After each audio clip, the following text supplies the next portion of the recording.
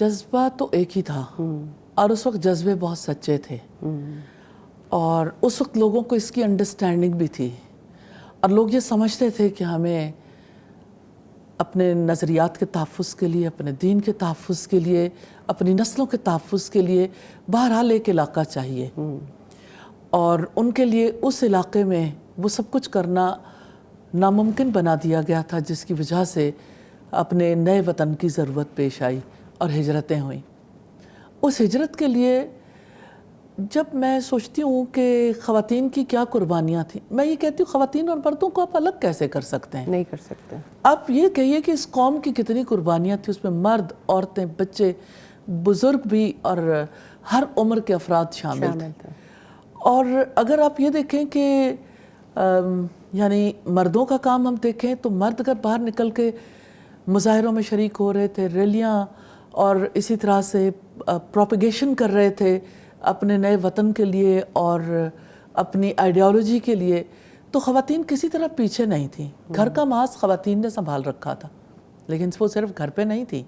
وہ اپنے جیسی خواتین کو پریپیئر کر رہی تھی، اہل خاندان کو، اپنے بچوں کو، اپنے ہسبینڈز کو، اپنے یعنی اس وقت استاذہ خاتون کا رول تو بہت امپورٹنٹ تھا، جو بھی بات ہو رہی تھی کہ پینیٹریٹ کرے، خاتون وہ اگلی نسل تیار کر سکتی ہے، وہ جذبے ابھارنے میں بہت بڑا رول پلے کر سکتی ہے۔ بہت بڑا رول تھا کل بھی، اور آپ دیکھیں کہ پھر یعنی اندر کے محاذ کو تو اس نے سنبھالا، باہر کے محاذ پر بھی وہ موجود رہی، ہر جگہ مردوں کے ساتھ ساتھ،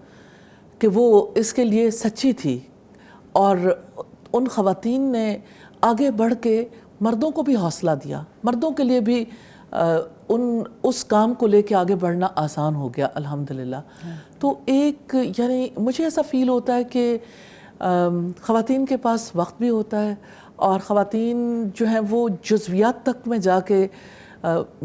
چیزوں کو محسوس کر سکتی ہیں،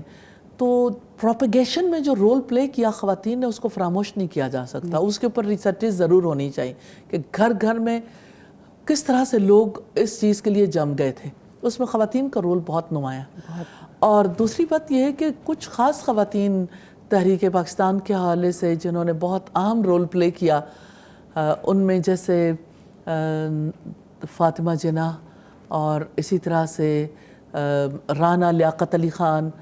شائستہ اکرام اللہ، یہ ان کے بڑا اہم رول ہے۔ ایون یعنی ہندو خاتون تھی سروجنی نائیڈو، جن کا بنگال سے تعلق تھا، لیکن وہ بھی اس مقصد کے لیے مسلمانوں کے ساتھ تھیں کہ ہمارے لیے الگ خطہ، الگ وطن ضرور ہونا چاہیے۔ تو خواتین کے لیے بچوں کو سنبھالنا بھی اور بچوں کو اس مقصد کے لیے تیار کرنا، اب امیجن کر سکتے ہیں کہ خواتین کا رول کیا ہوگا جب ان کے بچوں کو نیزوں کی انی پہ لٹکایا جا رہا تھا، اس وقت جو حوصلہ اور صبر خواتین کے اندر تھا، اگر وہ حوصلہ نہ ہوتا تو مرد کیسے کوئی سٹیپ لے سکتے تھے؟ جب خاندان ہجرت کر رہے تھے اور ہجرت کرتے ہوئے جب بچوں کی، بڑوں کی لاشیں کٹ رہی تھیں، تو خواتین کس قدر حوصلے سے اور کتنے عزم کے ساتھ جمی رہیں، اور جس وقت انہیں جانوں کی قربانی دینی پڑ رہی تھی، گھروں کی، مال کی، اور جس وقت اپنے علاقے کی قربانی دینی پڑ رہی تھی، پھر اپنے پیاروں کی قربانیاں دیکھ کے وہ انہوں نے حوصلہ نہیں ہارا، حتیٰ کہ کتنی خواتین نے اپنی عزتوں کی قربانی دی اور کتنی خواتین نے خودکشی کی۔ یعنی یہ کوئی چھوٹی بات نہیں ہے کہ آپ اسے انڈرمائن نہیں کر سکتے، یہ رول بہت نمایاں اور بہت بڑا ہے۔ اور باہر کے محاذ پہ کام کرنے والوں کے لیے جب گھر کا محاذ خالی رہ جاتا ہے تو نیچرلی یعنی وہ تحریکیں کبھی کامیاب نہیں ہوتی۔ کامیابی اسی تحریک کو ملتی ہے جہاں پر یعنی بڑے، بچے، مرد، عورتیں سب ایک ہو جائیں۔ تو اس مقصد کے لیے سب لوگ ایک ہو گئے تھے، اور کسی طرح بھی خواتین مردوں سے پیچھے نہیں تھیں۔